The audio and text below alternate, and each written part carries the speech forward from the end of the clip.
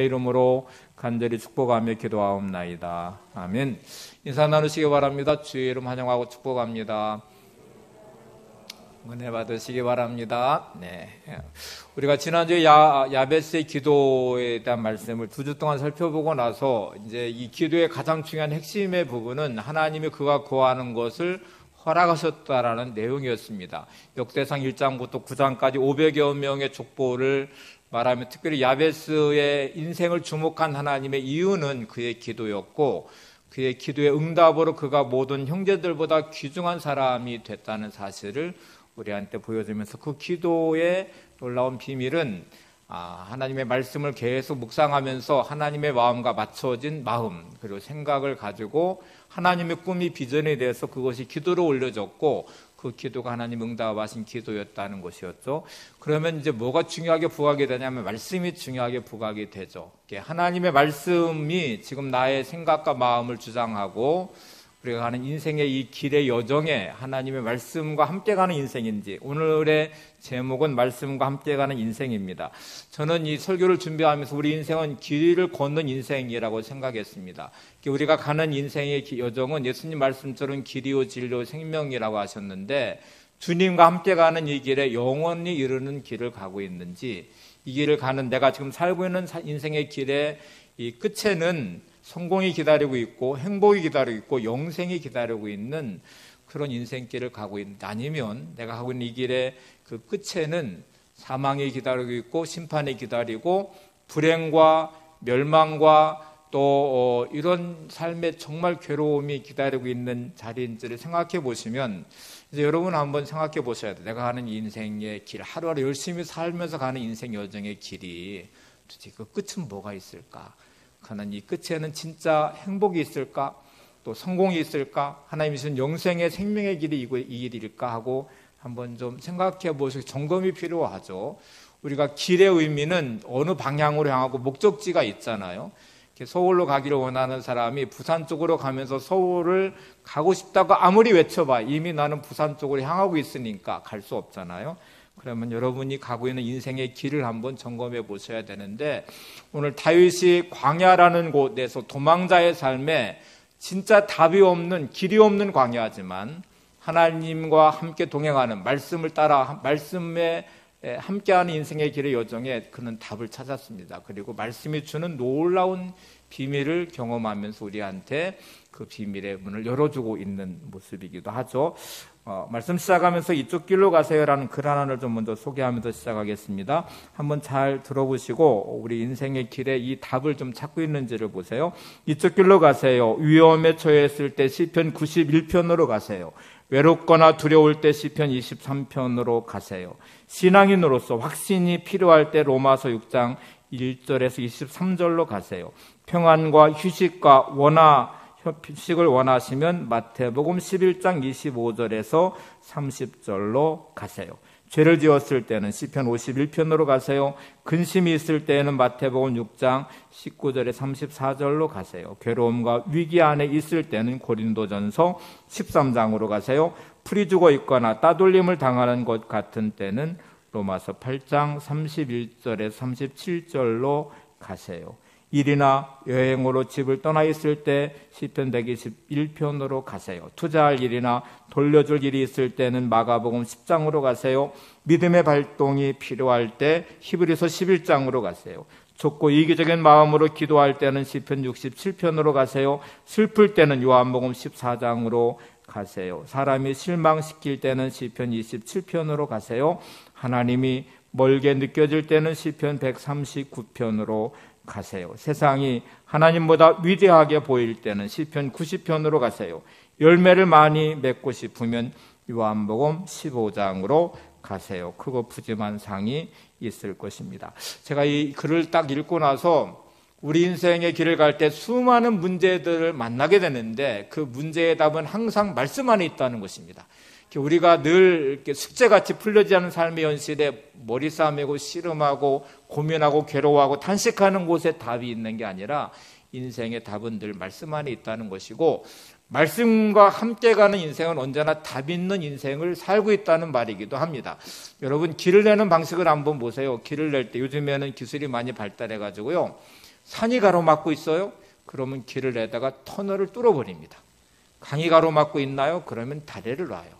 이제 11월 30일 날 이 보령서부터 대천에서 안면도까지 이 해저 터널을 뚫어서 개통한다고 하는데 바다 밑까지 뚫어서 섬과 섬을 연결해 버리기도 해요. 자, 문제가 있다고 주저앉고 막히는 게 아니고 우리가 말씀과 함께 가면 인생과 산과 같은 장애물이 있으면 말씀으로 터널을 뚫을 것입니다.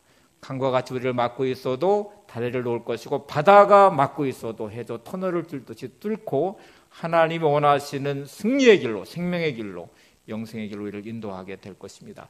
말씀과 함께 가는 인생의 놀라움이죠. 이것이 우리가 오늘 경험해야 될, 또 추구해야 될, 살아내야 될 삶의 자리입니다. 다시 내가 지금 그러면 말씀과 함께 가는 인생을 살고 있는지, 여러분, 내가 오늘 살고 하는 내 삶에 나는 내 감정과 함께 가고 있어. 나는 세상적 가치와 나는 묶여서 함께 가고 있어. 나는 수많은 사람들에 묶여서 가고 있어. 내 인생의 길을 갈 때 내가 말을 하고 행동하고 결정하는 그 삶의 자리가 정말 내가 말씀과 함께 가고 있는지, 말씀이 나의 생각과 마음을 주장하고 말씀이 나의 마음을 온전하게 해서 언어를 온전하게 만들고 말씀이 나의 삶을 주장해서 선택을 바르게 결정하고 하나님이 인도하시는 길을 따라서 그 결과를 추구하고 있는지를 생각해 봐야 되죠. 워너메이커너라는 백화점의 창시자입니다. 백화점을 제일 처음 만든 사람이 워너메이커너라는 분인데 이분이 어마어마한 성공을 거두고 나서 이런 고백을 했어요. 나는 일생 동안 투자를 많이 했습니다. 나는 물건을 사들여 다시 수천 달러를 벌어들였습니다. 그러나 내가 투자한 것 중에 가장 성공적인 것은 12살 때의 일입니다. 그때 나는 단돈 $2 50센트를 주고 성경 한 권을 샀습니다. 바로 이것이 내가 한 가장 위대한 투자였습니다. 왜냐하면 이 성경이 오늘날 나를 만들었기 때문입니다. 그는 백화점을 처음 만들었고 많은 물건을 사서 이제 파는 이 투자의 행위를 했는데 어마어마한 돈을 많이 벌었어요. 그런데 나의 일생 동안 투자한 것 중에 가장 잘한 투자는 12살 때 샀던 $2 50센트의 성경책 한 권. 그 성경에서 자기는 답을 찾았고 그 성경의 인도를 받았고 성경을 통해서 자기의 인생의 가치를 세워서 지금의 나의 삶이 있었기 때문에 가장 위대한 투자, 가장 잘한 투자는 성경책을 산 것이다. 오늘 여러분은 여러분의 인생의 시간들을 어디에 투자하고 있는지, 어디에 내 마음을 두고 어떤 모습으로 살고 있는지가 대단히 중요하죠. 여러분은 말씀을 묵상하고 말씀을 읽고 말씀과 함께 가는 인생의 시간을 얼마를 쓰고 계십니까? 여러분이 말씀을 향한 여러분의 마음은 어느 정도인 것 같아요? 미국에는 이 거북이 교인이라는 말이 유행하고 있다고 합니다. 거북이 교인. 새가 9일 동안 먹지 않고 생존이 가능하다고 그래요. 사람은 10일 정도가 먹지 않는 생존이 가능한 몸의 상태라고 말하고요. 보통 개는 20일간을 먹지 않고 생명을 유지할 수 있다고 합니다. 그런데 거북이는 놀랍게도 500일을 먹지 않아도 생명을 유지할 수 있대요. 이 말은 좋은 의미가 아니라 되게 많은 그리스도인들이, 성도들이 거북이같이 하나님 말씀의 양식을 먹지 않고 살아가고 있다는 거예요. 그리고 그 삶이 마치 내가 성도답게, 그리스도인답게, 그리고 하나님 주시는 복을 내가 받기를 원하면서 마치 받을 것처럼 내가 가는 인생길에 하나님이 복 주실 것처럼 착각하며 살아가는 거북이 교인들이 너무 많다는 거잖아요. 말씀 없이 사는 인생. 그래도 살 수 있다고 착각하는 인생. 이게 얼마나 위험한 인생이에요.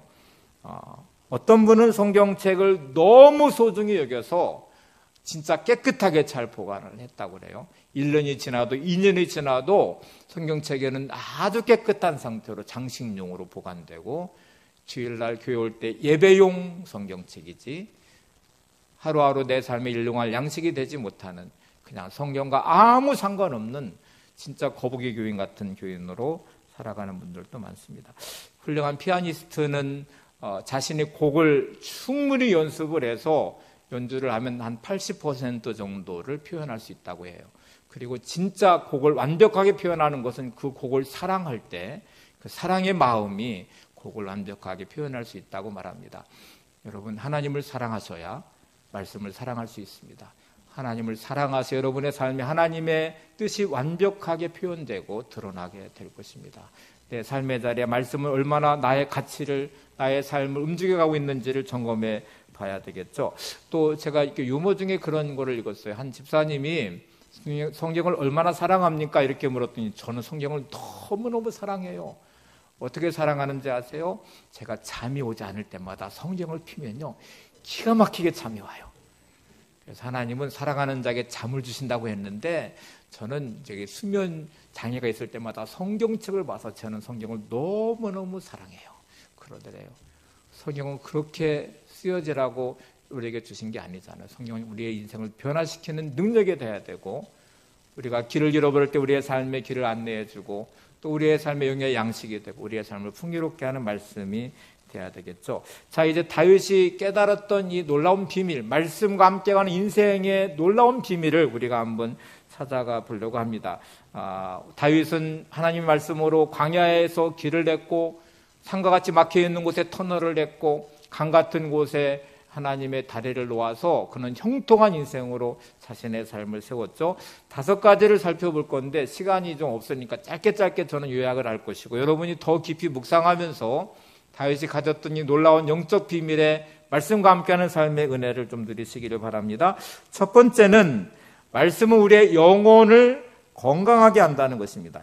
영혼의 건강의 길이 말씀 안에 있다는 말이에요. 시편 19편 7절 전반절에 보시면 여호와의 율법은 완전하여 영혼을 소성시키며 이렇게 말합니다. 여기에 율법이 완전하다, 말씀이 완전하다는 말은 부족함이 없다는 말이에요. 완벽하다는 말이거든요.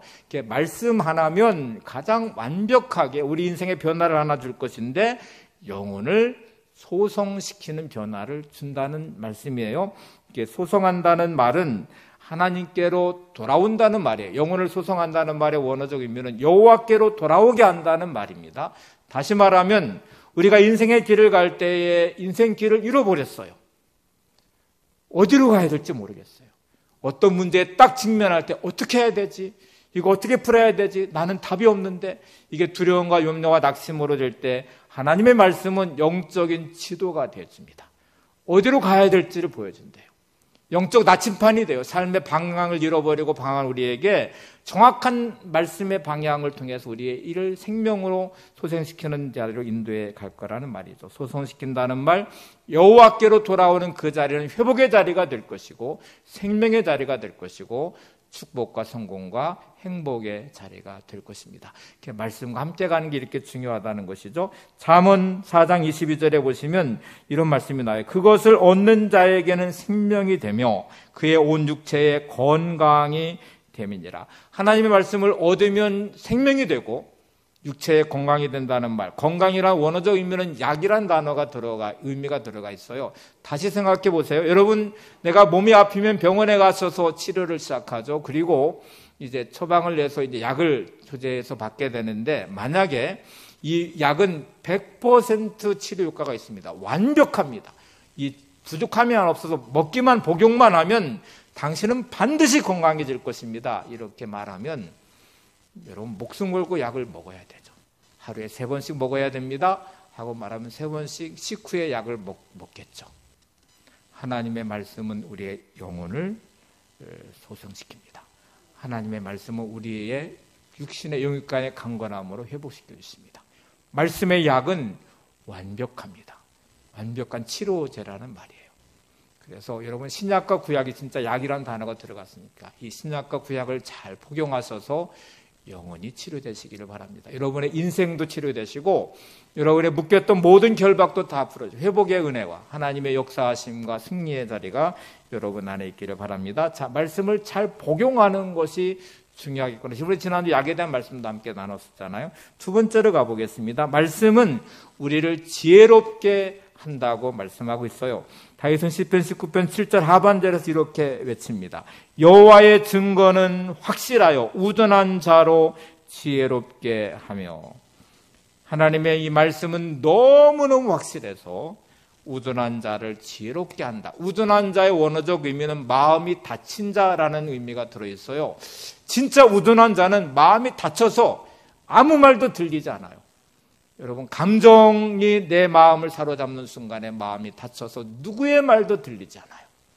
두려움과 염려에 묶이는 순간에 내 마음은 닫혀 진짜 우둔한 자의 길로 가게 돼요. 그런데 놀랍게도 하나님 말씀은 우둔한 자의 마음 닫힌 자의 마음의 문을 열어서 하나님의 말씀으로 지혜로운 자가 되게 하신대요.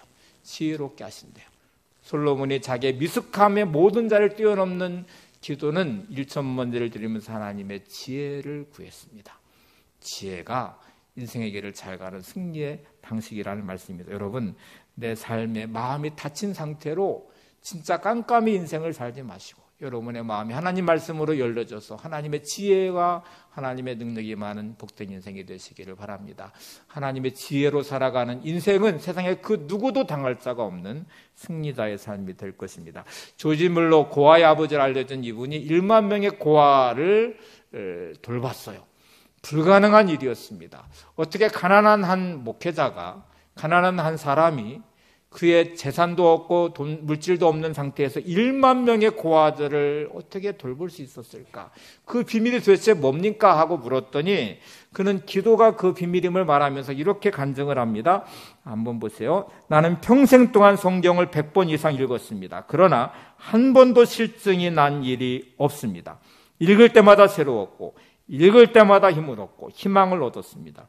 이것은 나의 54년간의 경험을 말하는 것입니다. 나는 예수를 믿고 처음 3년간은 성경을 안 읽었습니다. 그때 나는 신자로서의 기쁨도 사명도 느끼지 못한 죽은 크리스천이었습니다. 나는 그 2, 3년간을 잃어버린 시간이라고 생각합니다. 영적 생활의 활력은 날마다 성경을 읽느냐 안 읽느냐 하는 문제와 정비례합니다. 성경 읽기를 일과라 할 수 있다면 그 이상의 은혜는 없을 것입니다. 조지 밀러는 5만 번의 기도 응답을 받았다는 이제 책도 있어요. 근데 문제가 생길 때마다 기도를 해야 되죠. 근데 그 기도의 시작은 하나님의 말씀을 찾아서 말씀의 근거로 하나님의 뜻임을 확인하고 그 말씀으로 기도를 했습니다. 그리고 그 기도를 통해서 그는 한 번도 염려하거나 두려워하거나 낙심하지 않았고 언제나 하나님의 응답하심의 자리로 갔습니다. 그가 깨달은 비밀은 그거였어요. 하나님의 말씀을 읽는 것. 54년의 그의 인생의 경험의 비밀은 말씀을 읽는 것이었습니다. 말씀을 묵상하는 것이었습니다. 한 번도 말씀이 지루한 적이 없었다고 그래요. 그리고 그는 아주 중요한 말을 해요. 예수 믿고 처음 3년간은 말씀을 읽지 않았대요. 그때 나는 죽은 크리스천이었습니다. 말씀이 없는 내 인생은 죽은 사람이었습니다. 내 삶의 영적 활력 없이 그냥 인간의 힘으로 인간의 방식으로 인간의 생각으로 살아가는 그의 삶이었는데 말씀을 읽으면서 그는 생명력을 얻게 됐고 말씀을 읽으면서 그는 새로운 인생의 장이 열리게 됐다는 말이에요. 여러분, 말씀 없이 살아가는 인생은 활력을 잃은 죽은 크리스천의 삶이에요. 말씀 없으면 온통 내 생각으로 살겠잖아요. 말씀 없으면 내 감정으로 사시잖아요. 말씀 없으면 내 경험을 의지하며 사시잖아요. 여러분의 인생길은 말씀과 함께하고 있습니까?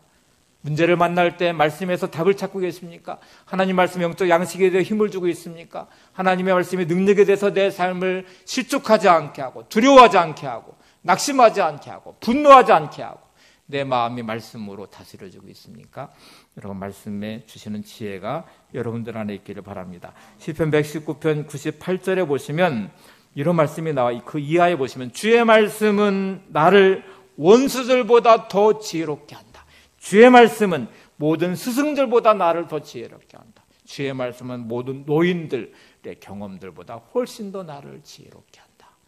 말씀이 내게는 지혜예요. 말씀이 내게 능력이라는 말이죠. 여러분, 하나님 말씀과 함께 가는 지혜의 사람이 되시기를 바랍니다. 세 번째는 말씀은 우리의 삶을 행복하게 해준대요. 다윗은 이렇게 고백을 해요. 시편 19편 18절 전반절에 여호와의 교훈은 정직하여 마음을 기쁘게 하고 이 하나님 말씀은 정직하고 진실하고 거짓이 없기 때문에 내 마음을 기쁘게 한다. 마음을 기쁘게 한다는 원어적 의미는 바르게 사는 자의 행복의 길로 인도한다는 말이에요. 내가 말씀으로 살면 그 말씀은 정직하기 때문에 나를 바르게 살게 해요. 거짓되지 않게 해요. 그리고 그 삶의 열매는 기쁨이고 행복이라는 말이에요. 자, 중요한 부분인데 내가 늘 위선적이 거짓된 내 마음은 말씀이 없기 때문에 그래요.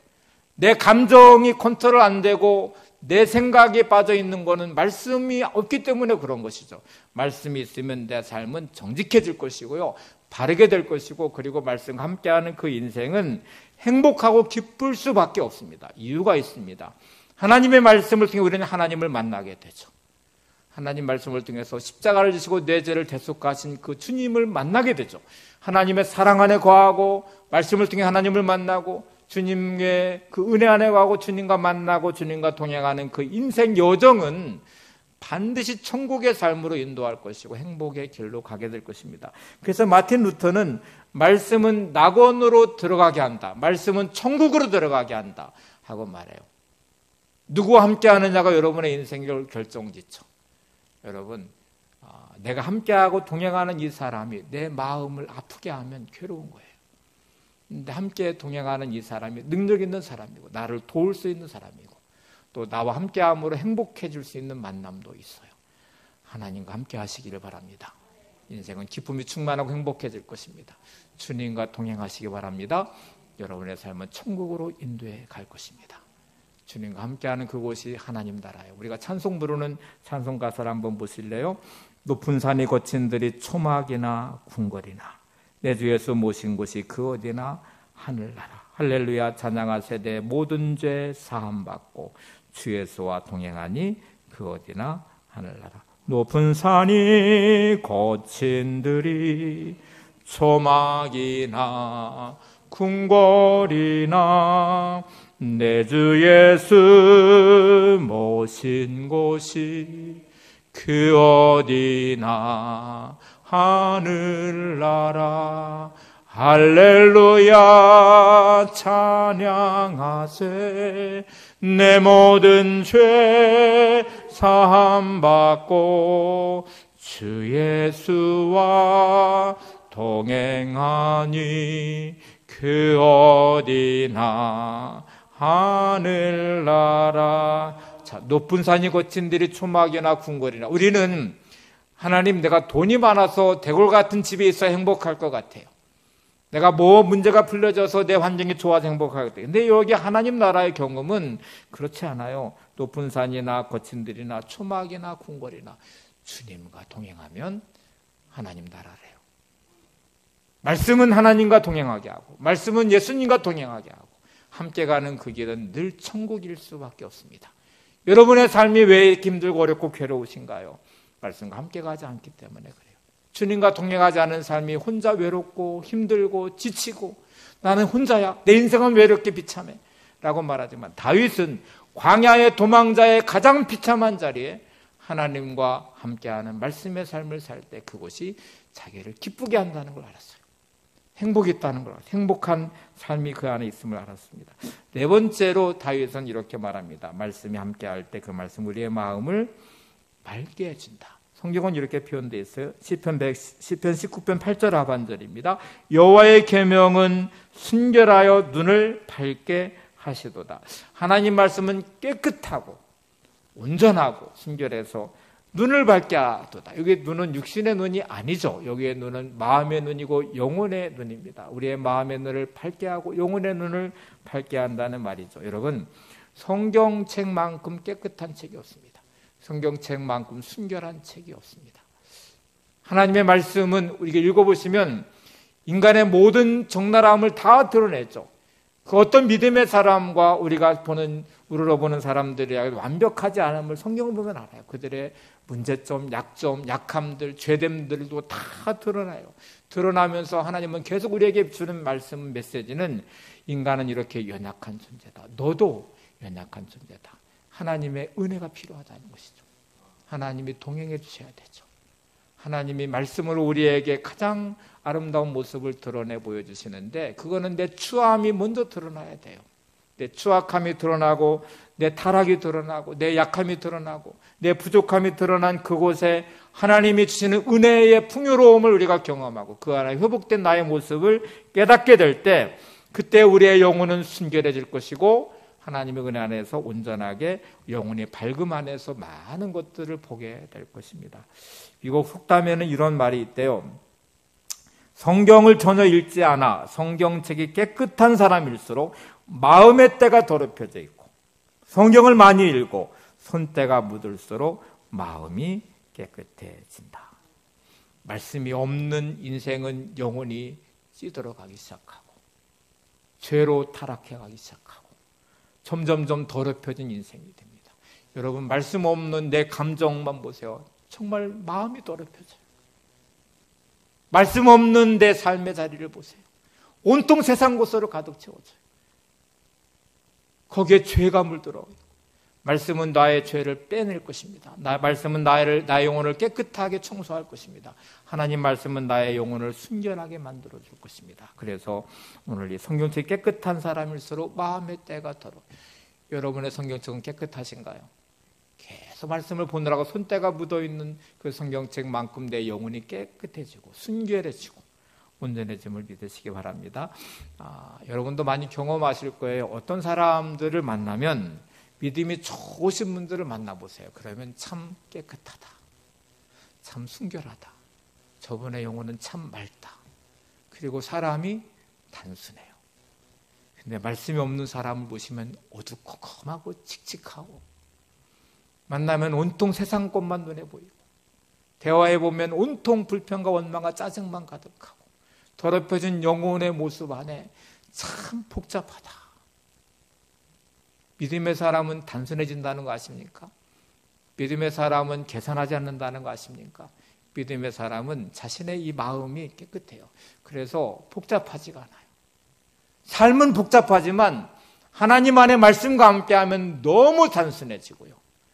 그 복잡함이 자신의 마음과 영혼을 사로잡지 않습니다. 그래서 기쁠 수밖에 없어요. 행복할 수밖에 없어요.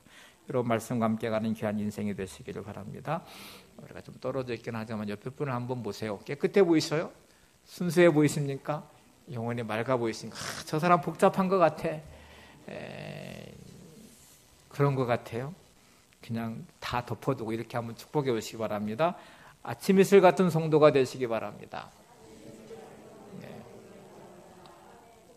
말씀으로 여러분의 마음과 영혼이 깨끗해지셔서 진짜 삶이 복잡한데 내 마음은 왜 이렇게 단순한지 몰라, 왜 이렇게 기쁜지 몰라, 말씀과 함께 가는 그 인생의 행복함과 기쁨이 가득하시기를 바랍니다. 마지막 5번째는요, 우리의 신앙을 견고하게 만들어 미래를 보장해줘요. 우리는 왜 이렇게 열심히 수고하냐면 미래를 보장받고 싶어서 그래요. 미래를 꿈꾸면서 오늘을 살지만 불확실한 미래가 두렵게 만들고 답답하고 힘들게 만드는데, 말씀과 함께 가면 현실에서 아무리 힘들고 어려워도 흔들리지 않는 견고함이 있고요. 그 견고함이 미래를 보장해 주고 있어요. 성경을 한번 보세요. 시편 19편 9절에 다윗은 이렇게 외칩니다. 여호와를 경외하는 도는 정결하여 영원까지 이르고 여호와의 법도 진실하여 다 의로우니. 하나님 말씀을 경외하고 그 말씀을 따라가면은 어디까지 보장이 되냐면 영원까지 보장이 돼요. 영원까지 이르게 된대요. 미래가 너무너무 확실하다는 말이에요. 신앙의 원리가 아주 분명하고 정립이 되어 있어요. 반석 같은 신앙이에요. 요즘 새벽에 이제 사무엘상을 보고 있는데 다윗에 대한 말씀을 계속 보고 있어요. 다윗은 진짜 인간의 방법으로 막 사울왕에 쫓겨가지고 사무엘도 찾아가 보고 막 제사장도 찾아가 보고, 진짜 이 블레셋 땅에 골리앗의 고향인 다소 다곤 그 고향 가가지고 그 왕도 찾아가 보고 하는데, 진짜 그는 생명의 위협이 있어요. 미친 체 하면서 도망 나왔어요. 방법이 아니었어요.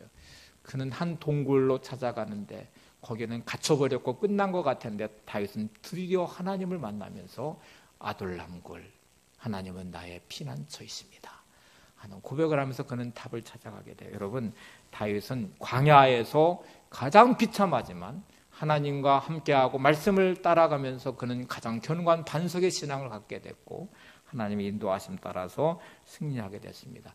말씀을 붙잡은 인생의 비밀을 한번 보시기 바랍니다. 내가 지금 광야일지라도 하나님과 함께하는 믿음의 담대함이 내 안에 있는지. 여러분, 노아를 한번 보실래요? 우리가 수요일날 계속 노아에 대한 말씀으로 시작해서 이 방주가 테바라는 단어거든요. 테바는 하나님에 의해서 다루어지는 것이에요. 방주, 노아가 만든 방주에는 돛이 없어요. 그리고 노도 없어요. 그냥 철저하게 하나님이 인도하시는 대로만 가야 되는 방주예요. 방주를 하나님은 어디다 만들라고 하시냐면 산 위에다가 만들라고 하세요. 물 위에 떠 있어야 될 방주가 물가가 아니라 산 위에 만들라고 하시고, 꽤 오랜 세월 동안 그 방주를 만드는데 문도 없고 노도 없고 돛도 없는 상태로 만들어요. 근데 노아는 놀랍게도 하나님의 말씀을 따라서 순종하며 방주를 만드는 인생의 시간들을 보냅니다. 그리고 그 방주는 홍수의 심판 앞에 노아의 가족을 구원했습니다. 말씀과 함께 가는 인생은 현실이 답답하고 답이 없고 길이 보이지 않고, 근데 말씀과 함께 따라 순종하시면 여러분이 그 가는 여러분의 인생의 말씀에 순종해자는 테바 방주가 될 것이고 여러분을 구원할 것입니다. 여러분의 인생을 아름답게 세워주고 지켜줄 것입니다. 그래서 오늘 이 말씀을 따라 살아가는 인생의 비밀을 좀 찾아보시고, 다윗은 이 고백을 한 다음에 이제 9절에 10절 11절에 이렇게 그는 외쳐요. 아주 중요한 결론인데요. 다윗의 고백을 한번 보세요. 시편 19편 10절 11절. 금곧 많은 순금보다 더 사모할 것이며 꿀과 송이꿀보다 더 달도다. 또 주의 중이 이것으로 경고를 받고 이것을 지킴으로 상이 크니이다. 다윗은 말씀의 능력을 맛보며 살아가는 자기 인생의 비밀을 이렇게 표현했습니다. 하나님의 말씀은 금과 곧 많은 순금보다 더 사모할 게 말씀이다. 꿀과 송이꿀보다 더 다른 게 하나님의 말씀이다. 종이 이 말씀을 따라 경고를 받아서 이렇게 지켜서 살아보니까 그 상이 크더라. 그 상이 크더라. 상이 크니이다라는 말은 그 뒤가 크다. 결과가 좋다. 결과가 크다. 상이 푸짐하다는 말이에요. 여러분, 말씀을 따라서 살아가는 그 인생의 끝자락에 보니까 하나님이 준비하신 상이 너무너무 크더래요. 다윗은 인생의 비참한 도망자의 시간들을 보내며 말씀과 함께 가는 인생에 살아가는 그 끝에 하나님이 세우시는 결과가 너무너무 놀라웠어요. 자기의 경험과 능력으로 할 수 없는 일이잖아요. 여러분, 다시 이거를 점검해 보셔야 돼요. 우리가 이 결과를 알고 있다면 말씀과 가는 인생의 끝에는, 반드시 인생길의 끝에는 상이 너무너무 큰 하나님의 상을 준비하고 기다리고 계시는데, 내가 이 길을 가는 것을 기뻐하고 있는지, 여러분에게 하나님 말씀은 금과 순금보다 더 사모하고 계십니까? 일부 예배 때도 말씀드렸는데, 이렇게 우리가 돈 버는 일 물불을 안 가리시죠. 돈이 좋아. 그래서 돈 버는 일이 있으면 막 그냥 열심을 내요.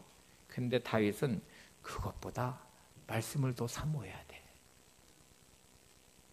내가 달콤한 꿀이 너무너무 달콤해. 그런데 말씀이 더 달아야 돼. 이렇게 도전하고 있어요.